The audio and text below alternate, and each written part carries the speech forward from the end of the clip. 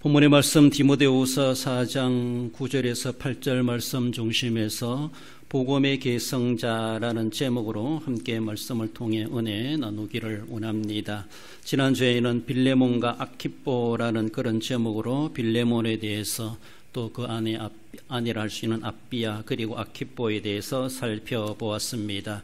그들은 사도 바울의 엄청난 그런 동력자로서 사랑받는 동력자였고 또 병사된 군사된 동력자로서 사도 바울에게 없어서는 안 될 그런 가정 공동체였다라고 살펴보았습니다. 그들의 가정 주거뿐만 아니라 늘 현장에서 사역했던 그런 어쩌면 아굴라와 브리스길라 가정처럼 또한 빌레몬의 가정도 그렇게 사도 바울에게 참 필요한 그리고 꼭 그렇게 도움이 되었던 그런 가정이고 골로새에 거하면서 골로새 지역을 복음해 가는데 어쩌면 전초 기조로 사용받은 빌레몬과 그 가정이었다라는 것을 살펴보았습니다. 빌레몬이 사랑받는 사람이고 사랑하는 사람으로서 오네시모를 품어달라고 그렇게 빌레몬서를 통해서 보내왔던 그런 말씀처럼 오늘도 우리가 어쩌면은 하나님의 복음의 동력자로서 우리는 얼마나 사랑의 사람으로 살아가고 있는가, 사랑으로 포용하고 품고 있는가,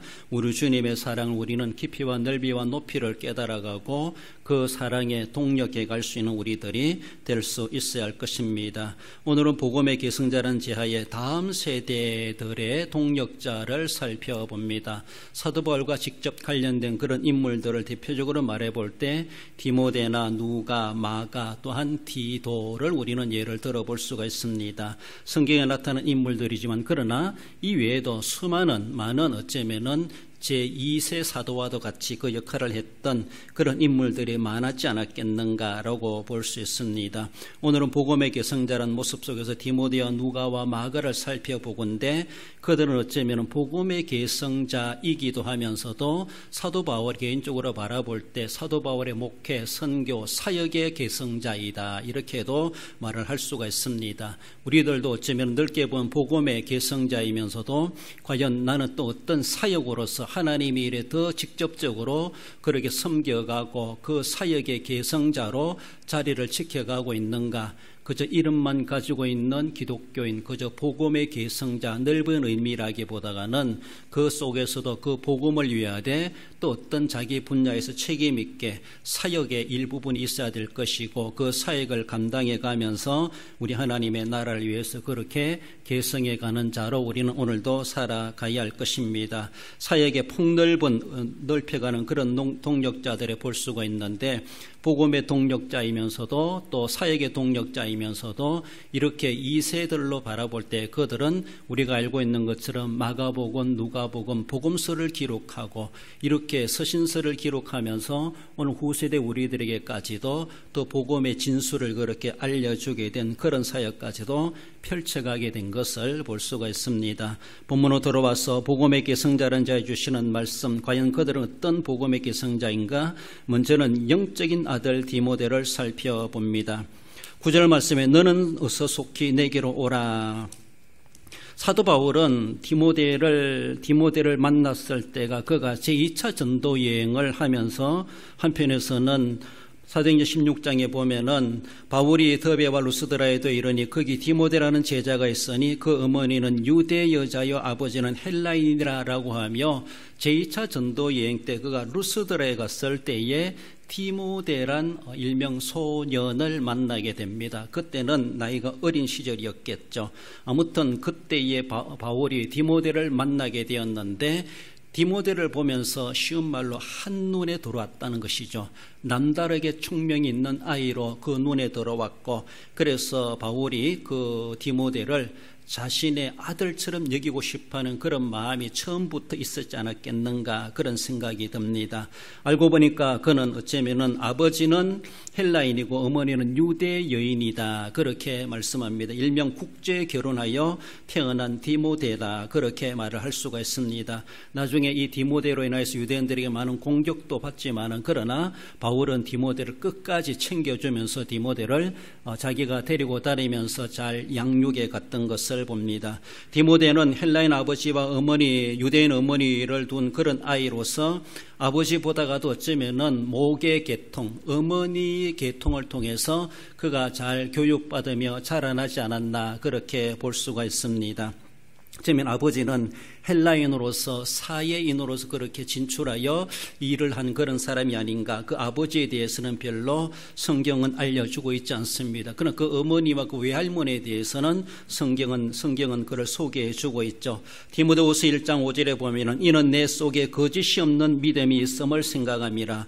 이 믿음은 먼저 내 외조모 로이스와 내 어머니 유니게 속에 있더니 내 속에도 있는 줄을 확신하노라 라고 하며 디모데가 어릴 적부터 그가 어떤 배경 가운데 자라났는가. 사회적으로 보면은 헬라인 아버지와 유대인 어머니 사이에서 태어나서 어쩌면 헬라인도 아니고 유대인도 아닌 것처럼 그런 모습에서 사람들에게 지금 혼혈인으로서 많은 친구들에게도 갈시와 상당히 따돌림을 받으며 자라나지 않았겠는가. 사회적으로는 그런 환경일지 모르지만은 그 어머니, 그 외할머니를 통해서 집안에서 정말로 올바른 신앙생활, 올바른 신앙의 교육을 받으면서 자라났다라고 하는 것을 사도 바울이 그것을 되새겨주고 알려주고 있습니다. 어떻게 보면은 사회적으로 빗나갈 수 있는 그런 아이라고 볼 수가 있죠.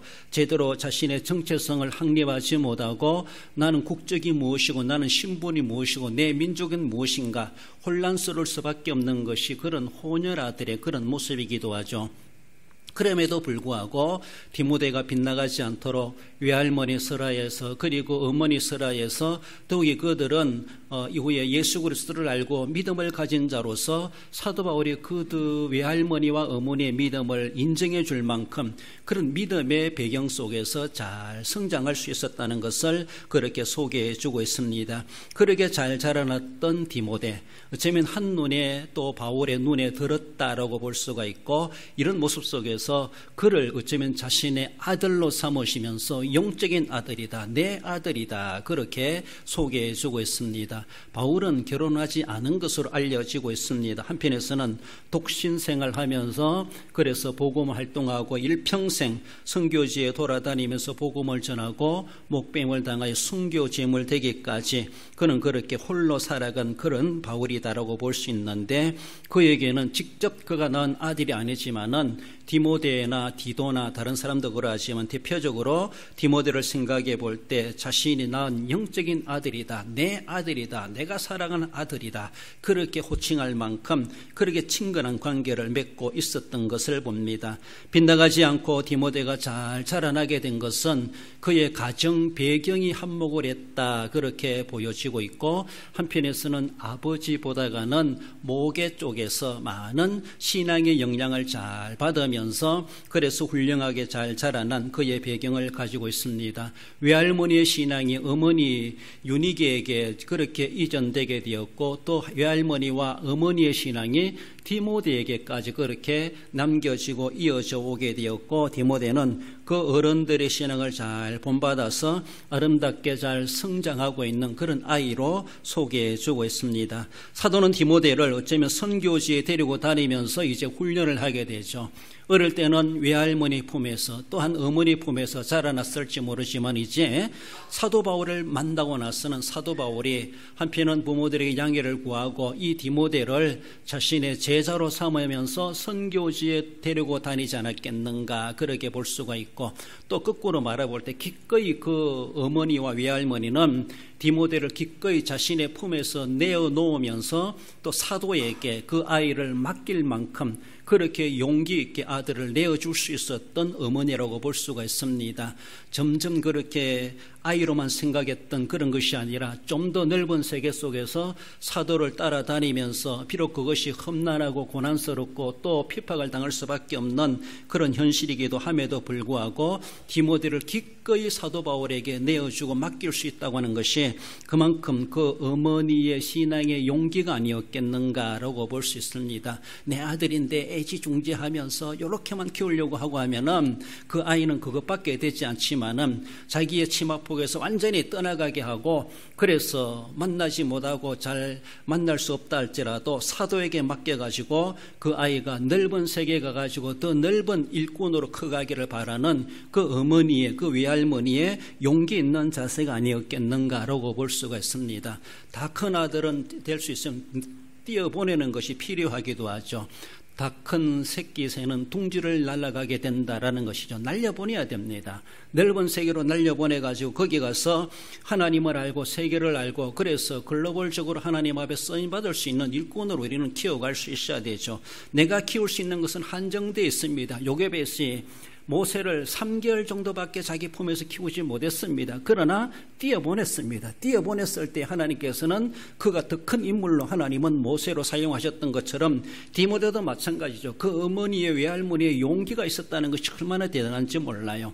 정말로 살아계신 하나님을 의지하고 있는 믿음의 부모님이기 때문에, 믿음의 어머니였기 때문에 그 아들을 아낌없이 하나님의 나라 위하여서 어쩌면은 하나님의 사람으로서 그렇게 바칠 수 있는 그런 마음이 있었지 않았겠는가, 그런 생각이 듭니다.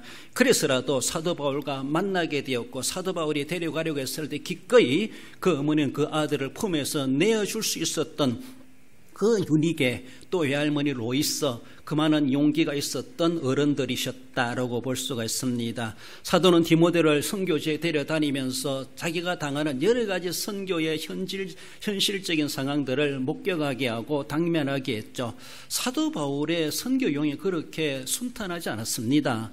유대인들에게 늘 내쫓기는 모습이 되기도 하고, 어디 가서 유대인들에 잡혀가지고 죽을 고비를 넘기는 것이 한두 번이 아니었죠. 그의 고백으로 말해보면은 그 가운데 디모데도 그게 있었다라고 우리는 생각해 볼 수가 있습니다. 2차 전도 여행 때 만나가지고 그 이후부터 계속해서 오늘 본문에 어쩌면 사도 바울이 순교할 날을 다가오면서 디모데에게 마지막 유서 편지를 보내는 것이 디모데 후서 아닙니까? 이때까지 디모데와 계속해서 밀접한 관계를 맺고 있었다는 것을 바라볼 때, 디모데는 바울이 다니는 그 모든 선교지 현지에 속된 말로 산전수전 함께 경험했던 사람이다, 그렇게 볼 수가 있습니다. 집에 있고 엄마설에 있으면은 결코 그런 고생하며 살아갈 필요가 없지만은 현지에 가가지고 현장을 경험했던 디모데라고 볼 수가 있죠. 그렇습니다. 이렇게 사도 바울은 다메섹 동에서 예수님께 졸지에 잡혀가지고 사도가 되었지만은 안 할 수도 없는 사도 일이라고 하지만은, 디모데는 그렇게 반강제적으로 잡혀가지고 하나님 앞에 쓰임받는 것이 아니라 도리어 자신의 헌신적인 시작으로 말미암아 하나님의 나라에 위해서 쓰임받는 일꾼이 되는 그런 디모데이다라고 볼 수가 있습니다.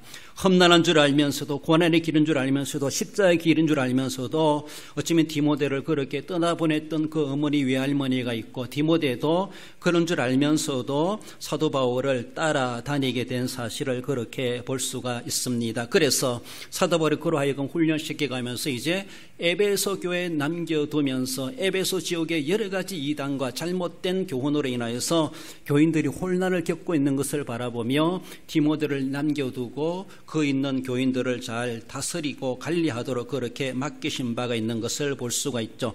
디모데전서 1장 3절에 보면 내가 마게도냐로 갈 때 너를 권하여 에베소에 머물라 한 것은 라고 하며, 마게도냐로 가면서 디모데를 에베소에 남겨둘 수밖에 없었다는 것이죠. 이 에베소의 교인들 또한 그 지역에 있는 많은 어떤 이단들이 잘못된 교훈을 가르치는 다른 복음을 전하는 자들로 인하여서 이 믿음의 순수한 사람들이 거기에 현혹될 수 있고, 잘못하면은 올바른 진리를 가리지 못하고 이단에 빠질 수도 있는 그런 위험 가운데 디모데를 남겨두 가지고 일명 에베소 교회를 관리하도록, 즉 에베소 교회를 목회하도록 그렇게 맡기게 되었다, 그렇게 말씀합니다. 이런 모습 속에서 디모데를 그만큼 신뢰했고 디모데의 실력과 그의 믿음을 사도 바울은 이제는 인정하는 것처럼 한 교회 한 지역을 책임 맡길 만큼 그런 인물로 디모데가 자라나게 된 사실을 볼 수가 있죠. 어쩌면 사도 바울이 떠나간다 할지라도 사도 바울의 자리를 매김할 만큼 그런 인물로, 즉 그 다음 2세로 다음 세대로서의 인물로 디모데가 그만큼 성장하고 있었다라고 그렇게 말을 할 수가 있습니다. 그렇습니다. 디모데후서 1장 1, 2절에도 보면은 그리스도 예수의 사도된 바울은 사랑하는 아들 디모데에게 편지하노니라고 하며 사랑하는 아들 디모데라고 하며 에베소 교회를 담임하고 있는 그에게 이렇게 디모데 전서와 후서를 쓰면서 그를 그렇게 지칭하고 있습니다. 디모데전서 1장 2절에서도 믿음 안에서 참 아들 된 디모데에게 편지하노니, 디모데를 가리켜서 나의 참 아들이다, 내가 사랑하는 아들이다, 그렇게 말해주고 있습니다. 디모데는 이미 말씀드린 것처럼 외할머니 로이스에게서 신앙교육을 받았다라고 볼 수가 있죠. 적대교육이죠. 할머니 품에서 그의 돌봄을 받으면서 할머니의 기도와 할머니의 신앙심을 그는 그렇게 전수받았지 않았겠는가. 들어가서는 그의 생모인 어머니 윤희계를 통하여서도 그 신앙을 계속해서 더 두텁게 되어지는, 할머니로부터 받은 것을 어머니로부터 다시 재확인하고, 그러면서 그렇게 가정에서 가정교육이 그렇게 신앙교육으로 잘 자라났던 디모데, 이제는 나중에 하나님의 섭리에 따라서 사도 바울을 만나게 하셔서 이제는 가정 안에서만이 아니라 사회적으로 세계적으로 쓰임받는 인물이 되도록 서성 사도 바울을 만나게 하나님의 섭리에 가셨다라는 것입니다. 그렇습니다. 이렇게 이제 가정에서 떠나서 좋은 사회적 서성을 만난다는 것은 그 개인, 즉 디모데로 바라볼 때 그의 앞길, 그가 승승장구해 갈 수 있는 그런 탄탄의 길이 열리게 된 것을 볼 수가 있습니다. 물론 그것이 쉬운 길만이 아니죠. 그러게 되기까지 이미 사도 바울이 걸어간 그 길들이 험난했던 길인 것처럼 디모데도 그 옆에서 그 고난을 함께 겪고 오지 않았겠는가라는 것입니다. 복음의 계승자요, 믿음의 계승자요, 사역의 계승자로서 디모데는 충분히 사도 바울을 대신할 만한 그런 인물로서 그렇게 성장해 갔다라는 것이 얼마나 귀한지 몰라요. 그렇습니다. 여러분들, 조부모의 역할이 그렇게 귀중합니다. 나는 할머니로서 내 손자에게 난 어떤 할머니가 되고 있는가를 생각해 봐야 돼요. 로이스라고 하는 외할머니가 디모데를 그렇게 키워냈습니다. 나는 어머니로서 내 아들은 디모데와 같은 아들로 자라나고 있는가? 나는 유니게, 디모데의 어머니 유니게처럼 내 아들에게 어떤 영향을 끼쳐가고 있고 그 아들을 어떤 아들로 내가 품에 안고 키우고 있는가를 생각해 봐야 되죠. 과연 내 손자는, 내 아들은 장차 디모데처럼 저런 인물로 하나님의 나라의 복음의 계승자로, 믿음의 계승자로, 사역의 계승자로 오늘도 그 자리매김을 하고 있을까, 하게 될 것인가를 우리는 내다보아야 되죠. 그렇지 못하고 불안스러워진다면 난 아직도 할머니 자격이 없는 사람이고 엄마 자격이 없는 사람이고 믿음의 선배라 말할 수가 없습니다. 복음의 계승자로서 그를 남겨준다라고 한다 할 수가 없습니다. 우리는 분명하게 내 생애는 끝나갈 텐데 과연 내 생명에 닿는 그날까지 과연 내게는 그런 손자가 있는가, 그런 아들이 있는가를 생각해내야 되고, 아니면은 영적인 아들이라도 생산해내야 되죠. 복음의 계승자가 있도록 만들어내야 되고, 믿음의 계승자를 만들어내야 되고, 나와 같은 직분자가 되도록 사역의 계승자를 만들어내야 돼요. 그렇습니다. 세월 가면 지가 알아서 하겠지. 천만의 말씀, 내가 그렇게 품에서 키운 대로 그런 자락에 내어져 있고, 그가 나가서 어떤 스승을 만나가지고 어떻게 그의 재주와 달란트를 펼쳐갈 수 있는 그 길이 열려지게 될 것인가, 그것을 열어줘야 되죠.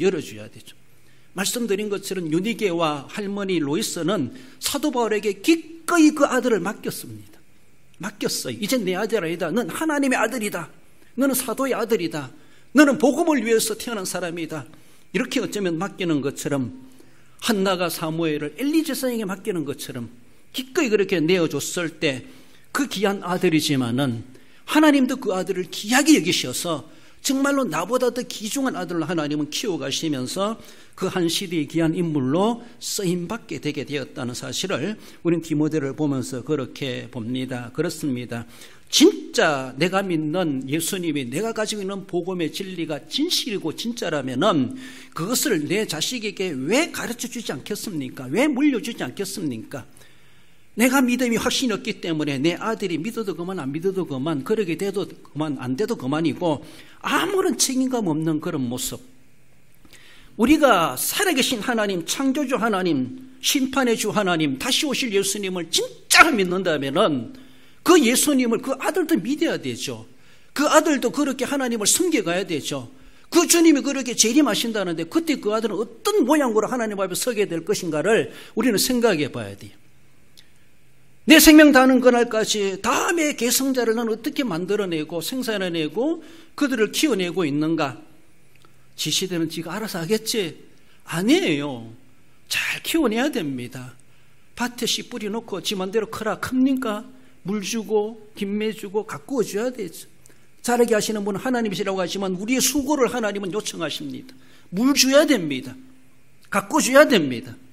심고 물 주는 일은 바울이 하고 아볼로가 하지만 자라게 하시는 분은 하나님이시라는 것이죠. 내가 그렇게 물 주고 가꾸어 갔을 때 키워주시는 분은 하나님이시고 열매 맺히시는 분은 하나님이십니다. 하나님도 할 일이 있도록 만들어 드려야 되죠. 우리는 뿌려놓고 물도 주지도 않고 가보지도 않고 저 스스로 잘 되겠지, 천만의 말씀, 그렇지 않다는 것이죠. 어쩌면은 내 품에서 콩나무 시루에서 키울 때는 정성을 다해서 키우고 그리고 이식해가지고 멀리 가서는 정말 찬바람 맞으면서 큰다 할지라도 내보내야 됩니다. 내보내가지고 거기 가서도 그렇게 잘 되도록 해가야 될 것이죠. 그런 모습 속에서 우리의 자녀, 손들은 과연 어떤 저는 자리매김하고 현지에서 그렇게 생활하고 있는가, 오고 가는 소식이 기쁜 소식이 되고 있는가를 우리는 생각해 볼 수 있어야 됩니다. 진짜로 복음의 계승자인가, 더 나아가서는 사역의 계승자로 그가 지금도 숨쉬고 살아가고 있는가를 생각해 봐야 되죠. 영적인 아들 디모데라고 말하기에 전혀 부끄럽지 않게 바울은 디모데를 그렇게 말해주고 있습니다.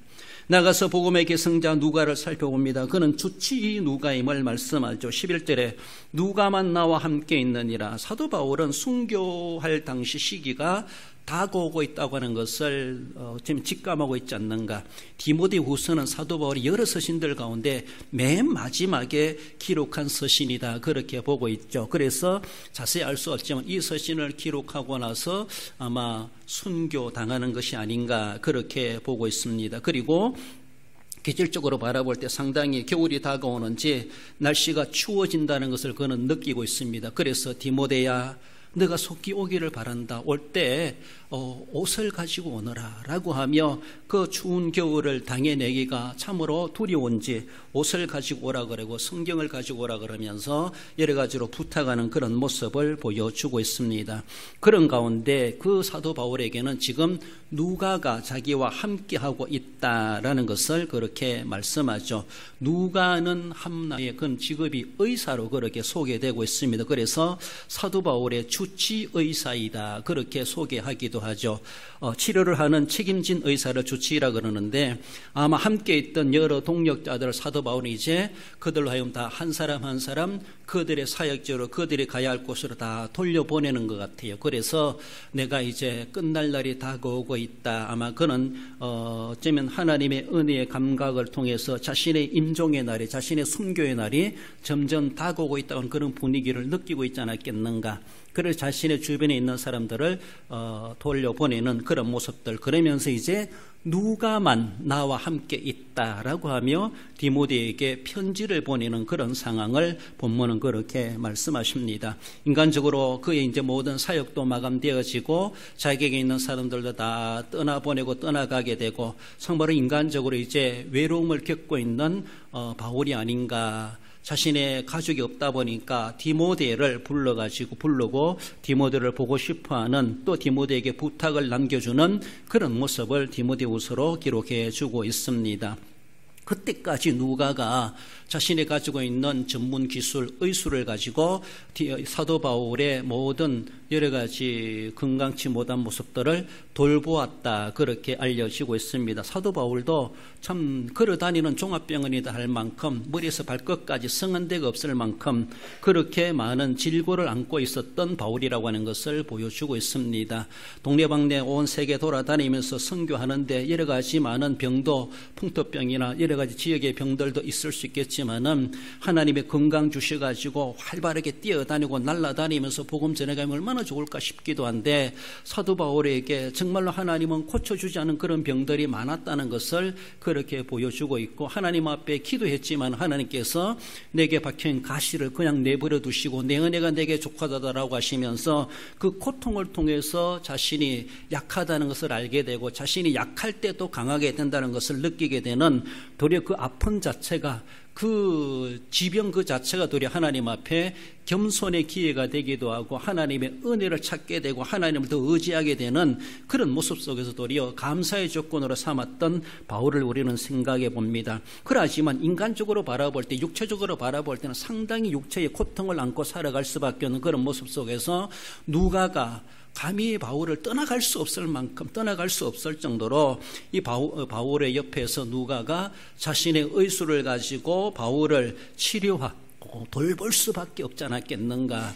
누가야 너도 가거라 라고 하시면 어찌 가겠습니까? 저 아파하고 있는 바울을 보면서 내일 모레 순교당한다 할지라도 지금 고통스러워하고 있는 그 바울을 보면서 누가가 어떻게 그것을 떠날 수가 있겠습니까? 가라 해도 못 가고 있는 누가라고 볼 수가 있죠. 자신의 의술을 가지고 당대에 자기가 경제활동한다든가 자신의 어떤 생계를 이어간다는 걸 얼마든지 할 수 있는 그런 인재라고도 볼 수가 있습니다. 함에도 불구하고 자신이 가지고 있는 의술의 기술을 가지고 한 사람 이 바울의 주치의와도 같이 속된 말로 돈도 안 되는 의사 일을 하고 있습니다.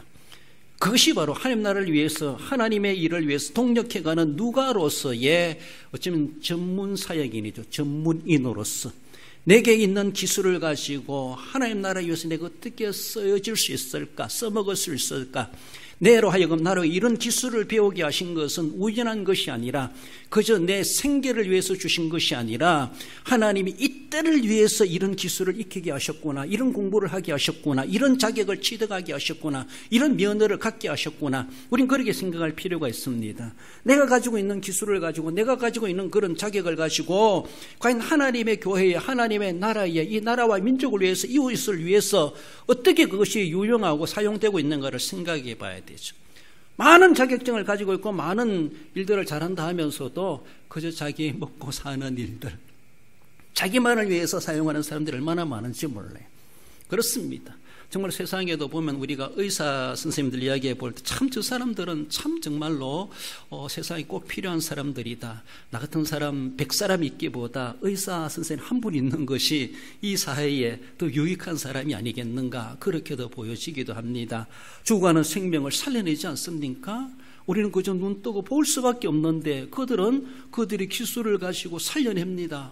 얼마나 귀합니까? 그런 모습 속에서 그 귀한 기술을 가지고 누가도 사도 바울의 건강을 챙겨주고 사도 바울이 건강하게 선교하는데 그 나름대로 도움이 되도록 그 역할을 해왔다라는 것을 충분히 보여주고 있습니다. 누가는 누가 나름대로 선교사에게 참여해가는 복음의 개성자요, 선교의 개성자요, 사역의 개성자로서의 그 역할을 해갔다라는 것을 보여주고 있습니다. 누가는 사람이 어떤 사람일까? 어디에서 나타났지? 잘 알 수 없지만은 그는 헬라인으로 추정하고 있습니다. 그리고 누가는 어쩌면 사도 바울의 선교 여행을 처음부터 그의 죽을 때까지 끝까지 따라다니는 동반자로 그렇게 나타나고 있는 것을 볼 수가 있죠. 옥중에 있을 때도 옥바라지 하면서 그의 임종식까지 그 자리를 지켜왔던 사람이 바로 누가라고 그렇게 알려지고 있습니다. 그 누가가 어떤 사람입니까? 누가복음을 기록한 사람입니다.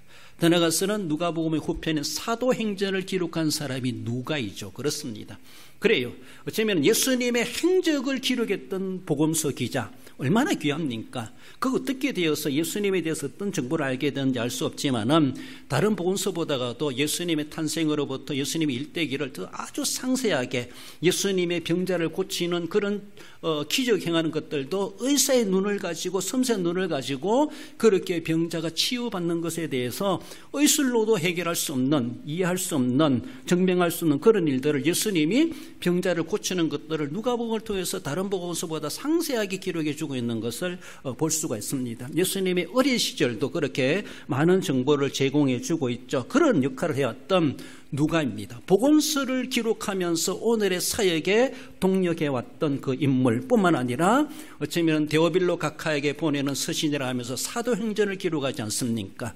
초대 예루살렘 교회가 어떻게 태동하게 되었고 사도 베드로가 어떻게 활동했고, 그리고 사도 바울이 어떻게 예수님을 만나서 선교여행을 하고 그 행적이 이루어졌던가, 사도행전을 어쩌면은 9장까지는 베드로를 중심으로, 그 이후에는 이제 바울을 중심으로 사도행전을 그렇게 기록했던 누가가 그것을 기록에 남겨줌으로 말미암아 초대 예루살렘 교회가 이렇게 되었구나, 사도 바울이 이렇게 선교 여행을 하면서 지교회를 세웠구나 라고 하는 것을 우리가 알 수 있지 않습니까? 얼마나 귀한 정보를 우리에게 알려주고 있습니까?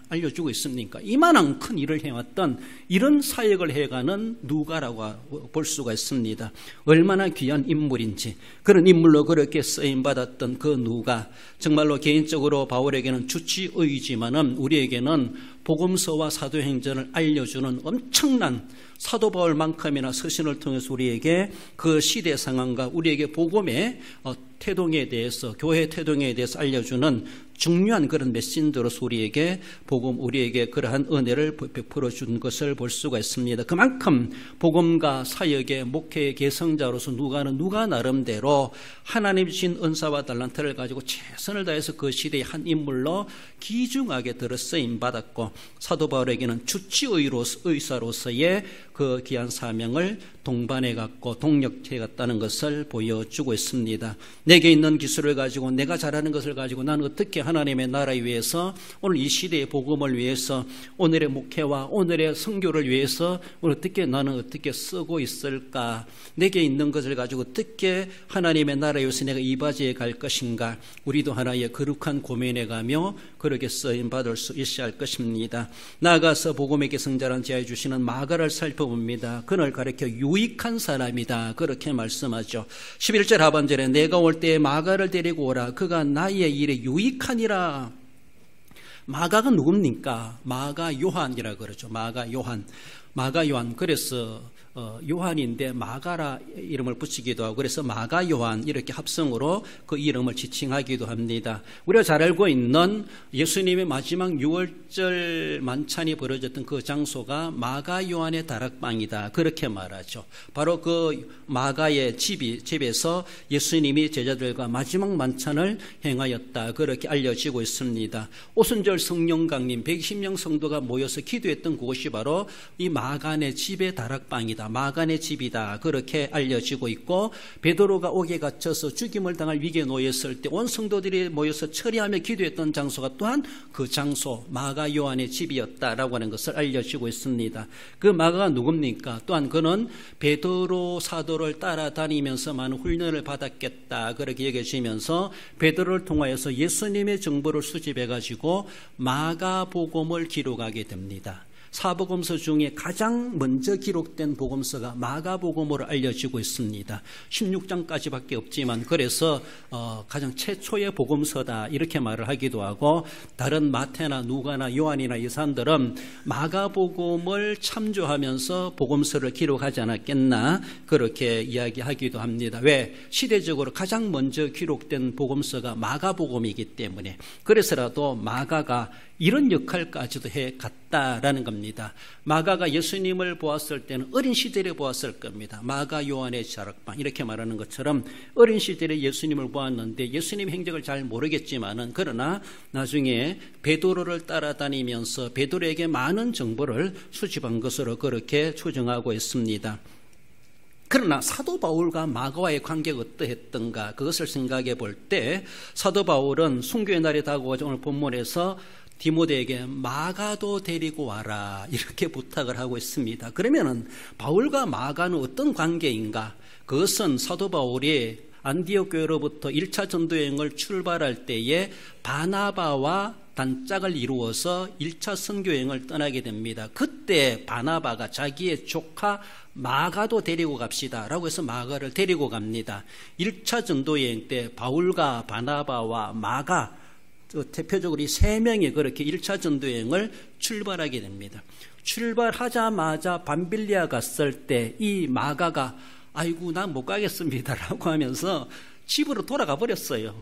여기에서 사도 바울은 완전한 충격을 받습니다. 저런 허약한 자가 뭘 하겠다고 나이가 어리다고 하지만 그러나 그것도 이겨내지 못하는 마가에 대해서 큰 충격과 상처를 받습니다. 바울이. 그래서 1차 전도여행을 돌아와 가지고 2차 전도 여행 때 바나바가 마가를 또 데려가자는 거예요. 그래서 바울은 절대로 안 된다. 절대로 안 된다. 그런 사람이 무슨 선교를 하고 그 사람 때문에 도로 우리까지 힘든다라고 하면 이렇게 말할 수가 있죠. 한 사람 때문에 공동체가 힘들어할 수 있습니다. 시험 들 수 있습니다. 괜히 불평하고 짜증하고 뭐가 마음에 안 든다냐고 따라다니면서 여러분 어디 선교 단계 선교 단체로 가더라도 나 한 사람 때문에 다른 사람까지 힘들게 하면 안 돼요. 집에서 건강했던 사람이 거기 가서 아플 때가 있어요. 집에서 소화 잘 된 사람이 거기가 소화 안 된다고 해서 계속 배를 움켜잡고 살아가는 사람이 있고 나는 못 가겠다고 나는 센터에 남아있겠다 하고 이런 사람이 있고 뭐하러 갔는지 모르겠어요. 어쩔 수 없겠죠. 그럴 수 있겠죠. 내 몸 어떻게 하겠습니까? 그런 상황이 되고 기분이 나쁘니 뭐가 음식이 안 맞니 뭐 다리가 아프니 모기가 많니 덥니 춥니 춥니 하면서 온갖 여러 가지로 거기에 적응하지 못하는 사람이 있어요. 마가가 되돌아가 버렸어요. 밤빌리아에서 나 못 가겠습니다 라고 하면서. 그래서 사도 바울의 인상에 완전 낙오자로 찍혔어요. 낙오자로. 근데 2차 전도여행 때 바나바가 또 데려가자고 하니까 절대로 안 돼. 데려가자 말자 데려가자 말자. 그러다가 둘이 싸우다가 갈라서 버리잖아요. 그래서 2차 전도여행 때는 바울이 바나바와 함께 가지 아니고 실루아노와 함께 2차 전도여행을 떠나게 되고 바나바는 자기 조카 마가를 데리고 자신의 고향 쪽으로 그렇게 복음을 전하러 헤어지게 되었다라는 것이 사도 바울과의 만남이었고 마가의 인상에 대한 사도 바울은 아주 안 좋은 아이로 그렇게 취급되고 있습니다. 그런 가운데 오늘 본문에 와서는 됐던 바울이 그 임종을 다가오면서 마가를 데리고 오라 그러면서 그는 나의 일에 유익하니라. 세월이 얼마나 지났는지 모르지만은 완전히 마가에 대한 인상이 바뀌었습니다. 마가에 대한 생각이 바뀌었어요. 마가에 대한 이미지가 완전히 180도 달라졌다고 볼 수가 있습니다. 얼마나 아름다웠는지 몰라요. 마가가 어쩌면은 삼촌 바나바를 따라다니면서 어떻게 훈련받았는지 그리고 나중에 또 베드로와 만나면서 베드로에게 많은 영향을 받았다고 보고 있는데 어쩌면은 이제 사도 바울의 말년에 가가지고 이 마가가 생각나는 것이죠. 마가가 참 유익한 사람이 되었다는 걸 이미 알고 있고 이전에 만난지 모르지만은 그래서 마가를 데리고 오너라라고 하며 그렇게 부탁하고 있는 것을 볼 수가 있습니다. 많은 사람들이 현지에 적응하지 못하고 제 갈 길로 가는 사람들이 있어요. 죄송해요. 우리 교회 안에도 그래요. 나는 시골교회 싫습니다. 도시교회 갈 거예요. 여기서는 도저히 내가 꿈을 펼칠 수 없습니다. 더 큰 물에 가서 놀고 싶어요. 가고 싶어요. 갑니다. 어떻게 하겠습니까? 가고자 하는 사람들 가게 해야 되죠. 잡을 수도 없고 잡는다고 여기 있어가지고 긍정적으로 있을 사람도 아니고 갈 사람은 갈 수밖에 없겠지만은 그래요. 그렇게 고향교회 등지고 가는 것이 그렇게 발걸음이 가벼운지 모르지만은 참 안타깝다 그런 생각이 들기도 하고 또한 우리 교회가 그들의 앞길을 다 보장해 주지 못하는 것에 대해서 참 책임감이 있고 미안하기도 하다 그런 생각이 들기도 합니다. 우리 교회가 좀 규모가 있고 좀 주일학교가 활성화되어지고 또 아이들을 그렇게 키워내고 그들을 교육할 만한 그런 모든 인프라라든가 환경들이 조성됐다라면은 왜 가겠습니까? 그렇잖아요. 도시교회 동경할 거 없어요. 도시교회보다 더 아름다고 더 좋은 환경일 수 있습니다. 그런 환경이 되지 못하기 때문에 그럴 수밖에 없다라는 그런 생각이 들고 한편에는 참 미안하기도 하고 참 안 가면 좋지만 그러나 또 가는 것이 그들의 장래와 앞길을 위한다면은 기꺼이 우리는 풀어줄 수밖에 없는 꼴비를 풀어줘야 되죠. 내보내야 되죠. 그럴 수밖에 없다라고 그렇게 생각이 듭니다. 어쩌면은 진짜로 하나님의 뜻을 위해서 나가는 사람이 있는가 하면은 그저 제 갈 길로 가고자 하기 위해서 제 소견대로 가는 사람들도 없잖아 있다라고 하는 것을 볼 수가 있죠. 어떻게 나갔든지 동기가 어떠하든지 간에 어쩌면 저도 바울의 심령처럼 어쩌면은 마가가 저렇게 떨어져 나갔지만은 다시 돌아오기를 원합니다. 하나님, 그 가서도 잘 돼가지고 좋은 소식이 오가기를 원합니다.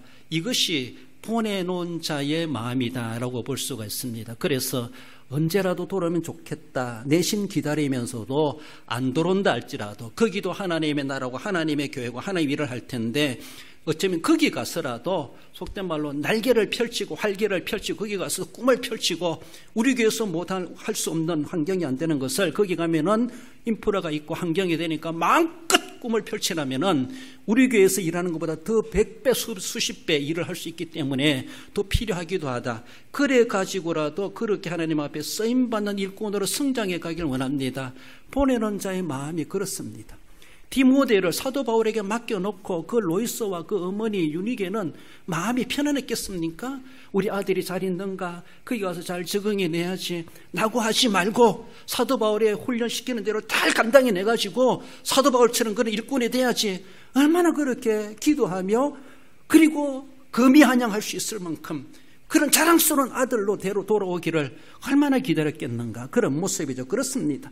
마가를 향하여서도 어쩌면 바울도 그를 떨쳐보내면서 얼마나 마음이 괴로웠겠습니까? 인간적으로 바라볼 때 그는 완전히 나고생으로 낙인될 만한 그런 인물이었는데 어떤 나중에 관계를 맺는지 알 수 없지만 이제는 그가 보고 싶다 데려오너라. 그는 나에게 무익한 자가 아니라 유익한 자가 되었다라는 것을 인정해주고 있다라는 것이죠. 하나님, 우리 교회 출신자들도 비록 외지에 가서 어떻게 믿고 어떻게 살아가는지 모르지만은 하나님이여 사도 바울이 마가를 보고 싶어하는 것처럼 우리 교인들이 그를 기다리게 하시고 기다릴 만한 인물이 되게 하시고 참 보고 싶다. 그거 가서 세상에 좀 형편없는 삶을 살아가면은 안 보고 싶을 거예요. 잘 되고 있다, 잘하고 있다 이런 소문이 들리면은 찾아가서라도 보고 싶은 그런 생각이 들죠. 그렇습니다. 저도 개인적으로 저도 인간이다 보니까 때로는 약해지고 마음이 조금 뭐 인간적으로 외롭고 쓸쓸하다 그럴까요? 그러면은 아들, 딸 보다가도 보고 싶은 사람이 있어요. 그래서 제작경 후배라고 할 수 있는 이런 데면 다 아는 친구입니다. 문자를 보냈어요. 오늘따라 내가 너가 보고 싶다. 가까이 있으면 곧 달려가고 싶은데 라고 하며 그렇게 문자를 보낸 적이 있어요. 참 때로는 보고 싶을 때가 있어요.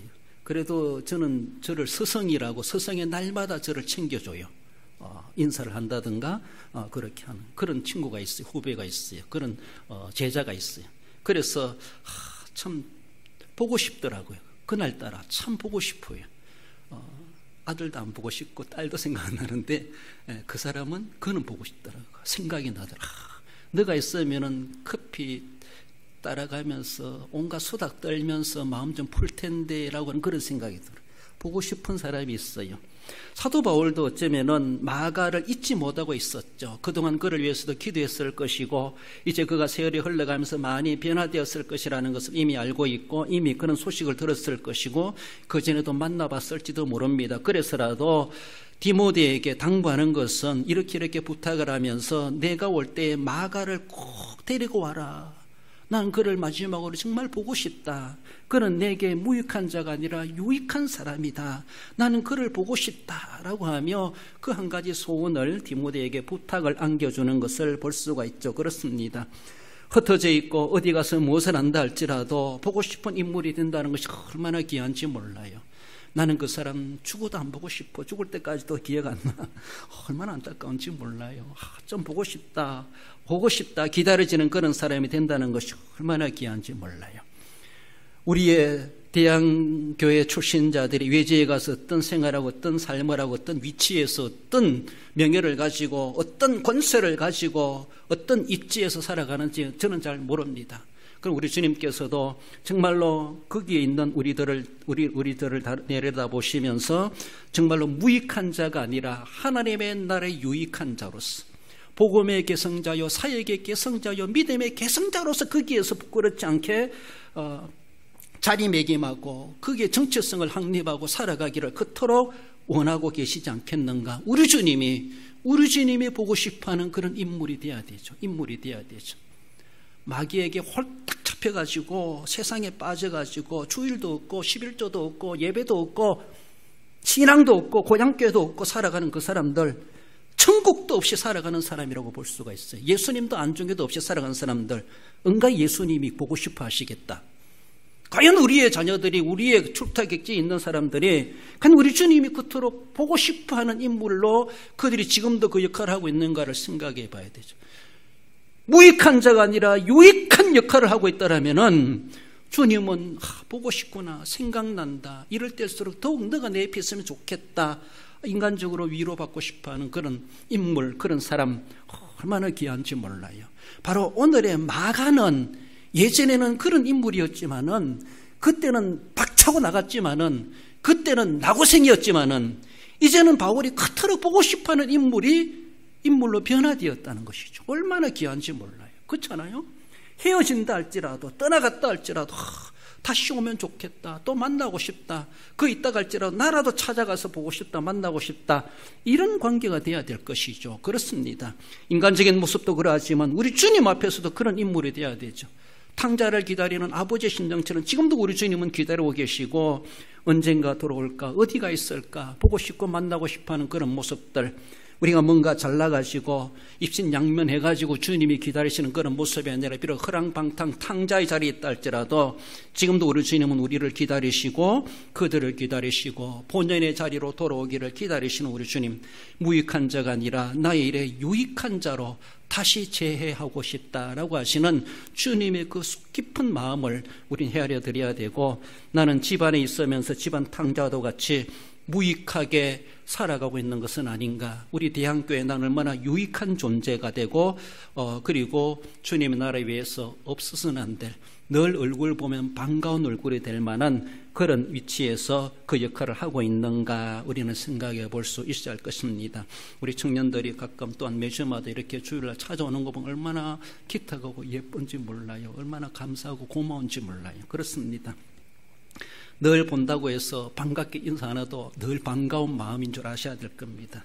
사도 바울이 오네시모를 빌레몬에게 보내면서도 그렇게 말하죠. 빌레몬서 1장 11절 12절에 보면 그가 전에는 내게 무익하였으나 이제는 나와 내게 유익함으로 내게 그를 돌려보내노니 그는 내 신복이라 라고 하며, 지난주에 살펴보았던 오네시모가 그런 손해를 킨 사람이지만 이제는 그 그리스도 안에서 형제가 되었다. 무익한 자가 아니라 유익한 자가 되었다. 우리는 다 무익한 자였습니다. 주님 앞에 완전히 버림받은 자들이었습니다. 그런 예수 그리스도의 피로 말미암아 구속함을 받고 그 은혜로 말미암아 완전히 거듭난 사람이 되지 않았습니까? 그렇다면은 영적인 뿐만 아니라 육신적이고 인간적으로 세상적으로 사회적으로도 이제는 유익한 자가 되어야 되고, 하나님의 나라뿐만 아니라 세상 우리 대한민국에 대해서도, 이 김천 지역에 대해서도, 우리 지역 동네에서도, 우리 교회에서도 유익한 자가 돼야 되죠. 전에처럼 무익한 자리고 계속 자리매김하는 것이 아니라 이제는 깨닫고 은혜 받고 예수님의 그 십자가의 보혈의 공로를 생각해 볼 때 내가 어찌 주님 앞에 무익하게 살아갈 수 있을까? 내 남은 생에 어떻게 주님의 나라에 유익한 자가 될 수 있을까? 어떻게 내가 주님 앞에 섬겨갈 수 있을까? 이런 거룩한 고민을 할 수 있어야 되죠. 주님의 거룩한 피로 구속함을 받은 백성으로서, 그 은혜를 입은 자로서 나는 이제 주님 나라에, 주님 목사님 시킨 대로 하겠습니다. 주님 내게 무엇을 명하시든지 말씀하옵소서. 주님 나라에 위해서 내가 섬기겠습니다. 정말로 복음의 계승자, 사역의 계승자, 믿음의 계승자, 진리의 계승자, 우리는 그런 계승자로서의 유익한 자로 쓰임받을 수 있어야 할 것입니다. 그렇습니다. 디모데가 그랬고 누가 그랬고 마가가 그러한 인물로 복음의 계승자로서, 사역의 계승자로서, 믿음의 계승자로서의 역할을 해갔던 어쩌면 사도, 제2세 사도와도 같은 그런 인물들이 되었던 것을 말씀합니다. 말씀을 맺습니다. 우리 성도 여러분, 아들로 삼을 동력자 디모데였다라는 것을 말씀해 주고 있습니다. 정말로 너는 내가 난 아들이지만 내 아들보다 낫다, 이렇게 주님 앞에 인정받을 만한 그런 일꾼으로 복음의 사역자, 복음의 동력자가 되어야 할 것입니다. 계승자가 될 수 있어야 될 것입니다. 건강을 맡길 동력자 누가가 있었던 것처럼 내가 할 수 있는 기술을 가지고, 내게 전문 지식을 가지고 나는 하나님 나라를 위해서 어떻게 이바지해야 할 것인가, 그저 나만을 위한 경제수단이 아니라 그것을 통해서 내게 있는 그 기술과 그 전문 지식을 가지고 하나님 나라를 위해서 쓰여지고자 하는 그런 자세로 기꺼이 유익한 자로 쓰임받고자, 그래서 복음의 또한 사역의 계승자가 되어야 할 것입니다. 신뢰할 유익한 동력자 누가였다라는 것을 우리는 늘 기억하고, 긴정코 마가만큼이나 주님 나라의 누가가 아니라 마가만큼이나 유익한 자로서 주님 앞에 쓰임받고, 계속해서 무익한 자로 남아있지 말고 이제는 어느 점인가 유익한 자로 탈바꿈하고 거듭나서 다시 보고 싶다 이렇게 얘기할 만큼 그러한 신뢰받는 유익한 마가가 되어야 될 것입니다. 복음을 계승하는 시대적 동력자로서 우리 성도 모두가 되시기를 주님의 이름으로 축원드립니다.